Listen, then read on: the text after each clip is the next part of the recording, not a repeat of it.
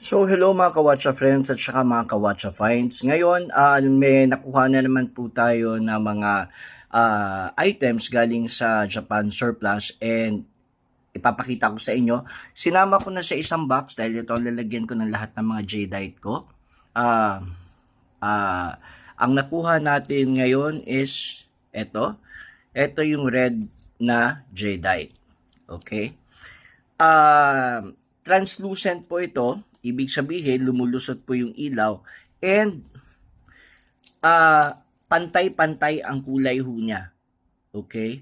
At eto nga po, atong presyo, makikita natin, ito pag kinonvert niyo ito to English, ang nakalagay dito is natural jade.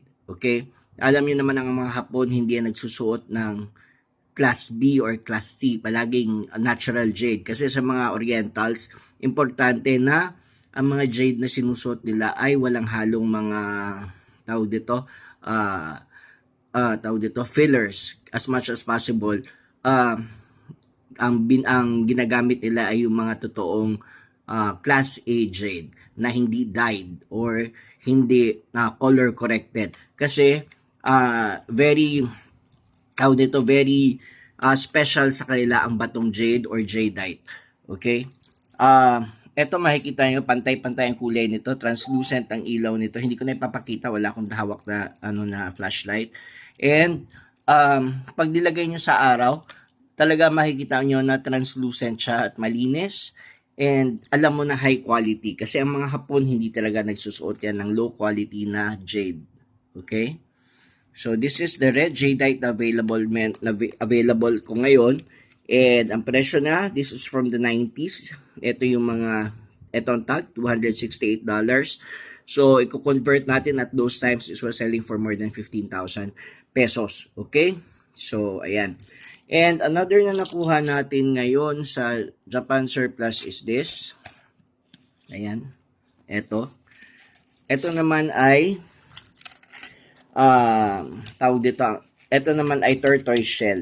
Okay, sorry. Ayan. Tortoise shell.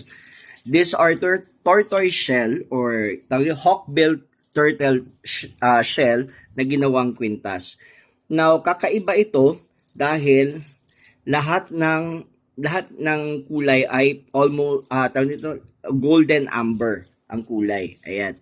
So, ang goal nito is para magmukhain siyang yung amber. Aside sa ang amber ay medyo may kamahalan din, ito naman ay may kamahalan din naman ito dahil tortoise shell ito at pre-ban ito na pre-ban ito na tortoise shell at bawal na ito ibenta ngayon na na hindi umaabot sa nakakuha ng mga clearance dahil nga sa pinoprotektahan na nga ang hawksbill. Now, ito, nakikita natin kakaiba siya dahil almost all golden yellow or amber yellow ang kulay. Para imimic niya ang amber na stone. Okay? Yan. So, this is a vintage pre-ban tortoise shell. This is 22 inches. And ang maganda dito, unique siya. Dahil karamihan yung mga tortoise shell yung nakikita natin na parang brownish blackish na may parang highlight ng yellow. Ito talagang pure yellow lang siya.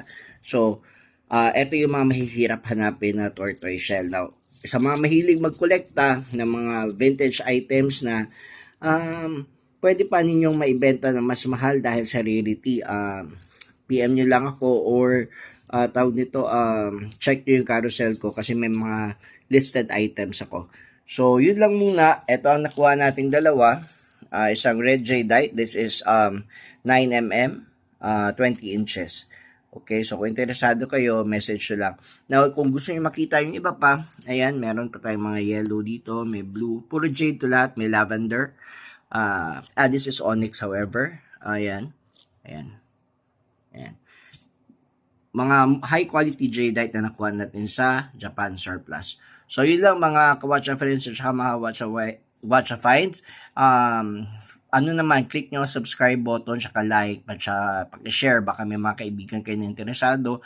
And makakuha naman tayo ng subscribers at para patuloy tayo makakuha ng mga gandang items na pwede nating ipakita sa inyo sa ating YouTube channel. So, yun lang. Bye!